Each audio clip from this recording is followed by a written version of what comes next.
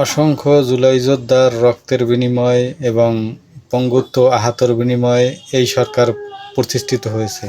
সুতরাং এই সরকারের এমন কোনো আচরণ করা ঠিক হবে না যাতে জুলাই যোদ্ধাদের মনে কষ্ট আসে এবং তারা কষ্ট পায়। মনে রাখতে হবে, এখানে যারাই আছেন তারা এই জুলাই যোদ্ধাদের রক্তের উপরে বসে আছেন, তাদের আহত নিহত মানুষের আত্মচিৎকারের উপরে বসে আছেন। বহু মানুষ এখনও সুস্থ হয়নি, সুস্থ স্বাভাবিক জীবনযাপনে আর কখনোই ফিরে যেতে পারবে না।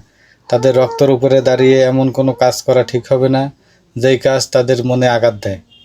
এখানে এক একজন এসে বড় বড় উপদেষ্টা পরিষদের নেতা হয়েছেন, অনেক জায়গায় ব্যবসা বাণিজ্য করছেন, টাকা পয়সা বানানোর চিন্তা ভাবনা করছেন, কিন্তু এর চেয়েও বড় কথা হচ্ছে আপনারা দাঁড়িয়ে আছেন মানুষের রক্তের উপরে।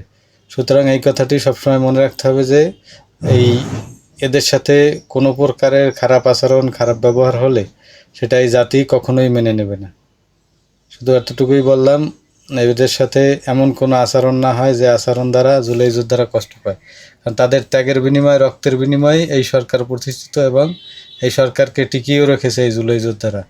জুলাই যোদ্ধারা নারাজ হয়ে গেলে বা আবার যদি আরেকবার যদি হয়ে যায়, তখন আবার কিন্তু ভিন্ন পরিস্থিতি হয়ে যেতে পারে। সুতরাং একটা জিনিস মনে রাখতে হবে, জুলাই যোদ্ধাদের সাথে এমন কোনো আচরণ করা যাবে না যাতে তারা কষ্ট পায় বা তাদের সেই দীর্ঘশ্বাস হয়।